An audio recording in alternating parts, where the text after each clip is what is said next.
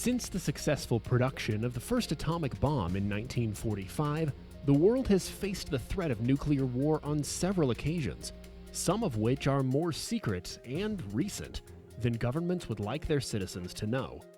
As other world nations got the technology to create nuclear weapons, the number of situations in which nuclear war was nearly precipitated by human error skyrocketed. The Pentagon lists 33 near-apocalyptic episodes, but many historians believe the number is even greater.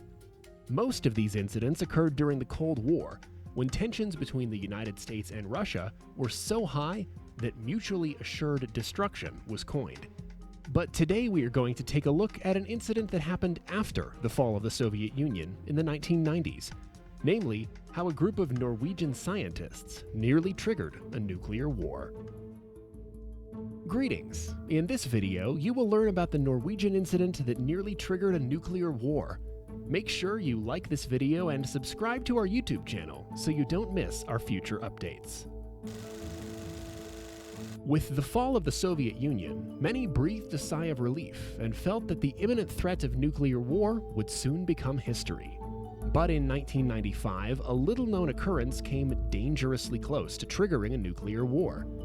The Russian military was placed on high alert for a few minutes, and the Russian president actually considered launching a nuclear attack on the United States and the other NATO countries. The world could have ended that night, without anybody knowing what had happened. Strangely, it was the small and peaceful nation of Norway that triggered the incident, not Russia or the United States. So, how could this happen? Norway shares a border with Russia, and it joined NATO as a founding member in 1949, which means American missiles might be stationed there. People are often unaware of this because relations between Norway and Russia have traditionally been peaceful and cooperative. After the fall of the Soviet Union, tensions decreased, but many in the US government still considered Russia as a geopolitical rival throughout the 1990s. Initially, Russia had a different perspective, expecting that the United States and Russia might work together to rebuild the world as partners. This never happened, and both nations soon began to view one another with distrust. Which side is to blame for this is arguable. The threat posed by its neighbors did not sit well with the Russians. This is still a concern today, with military buildups on both sides of the border.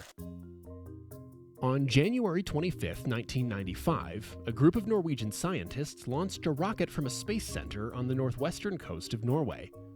The sole aim was to research a light phenomenon known as the aurora borealis. This was not an unusual rocket launch, as they had launched several similar rockets before, and the routine was to always inform the Russians in front of the launch to avoid any confusion. The rockets were launched from Andøya Space Center in northern Norway, but was still many miles away from the Russian border, and nobody suspected that this time would be any different. However, this time the communication informing Russia of the launch had gone missing. It's not clear what exactly happened, but the Russians were not aware, and when the rocket appeared on the radar screens, it appeared similar in speed and flight pattern to a US Navy submarine-launched Trident missile. This led the Russian military to initially misinterpret the rocket's trajectory as one headed for Russia. If American missiles really were on their way, they had to act immediately. They sounded the alarm.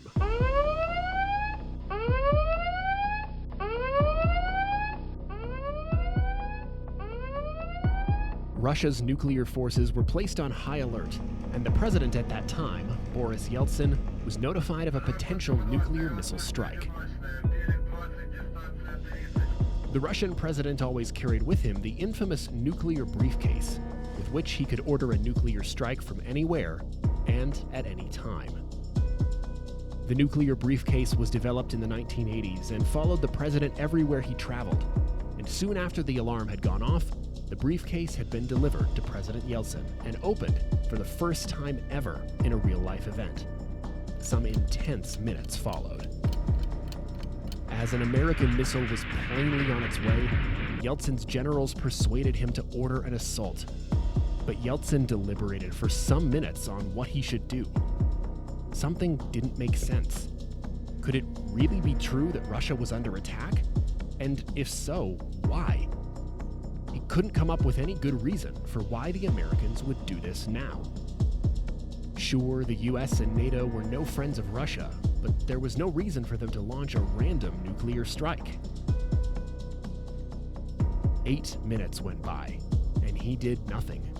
Simply waiting for news, some more information. Maybe it was a misunderstanding?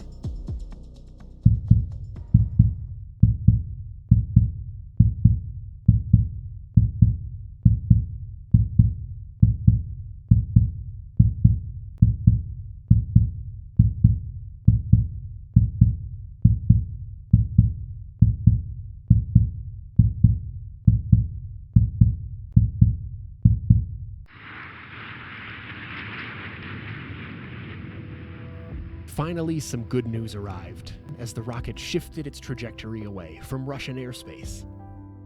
A sigh of relief swept through the room as they realized it was all a misunderstanding. At the time, no warning was issued to the Russian populace of any incident. The news publicized the incident a week later, and the world learned how close to disaster we were.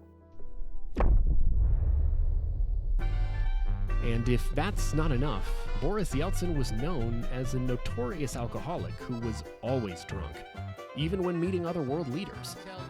Like the time in 1995 where a tipsy Yeltsin made President Clinton laugh out loud after calling the American press a disaster.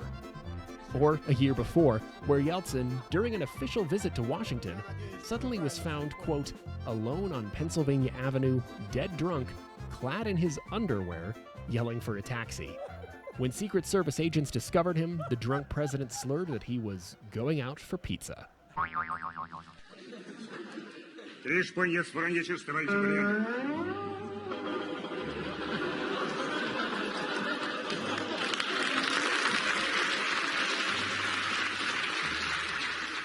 In the 90s, Boris Yeltsin was parodied by Norwegian comedians as a lively but unpredictable character, always carrying with him his nuclear briefcase, complete with a secret stash of vodka bottles, a nod to recent events. To be fair, the guy was a legend, but his alcoholism could have proved fatal to the world. By pure chance, he was sober on the night of the incident, which is lucky, because if Yeltsin had been drunk during the Norwegian rocket accident, it may have gone in a very different direction.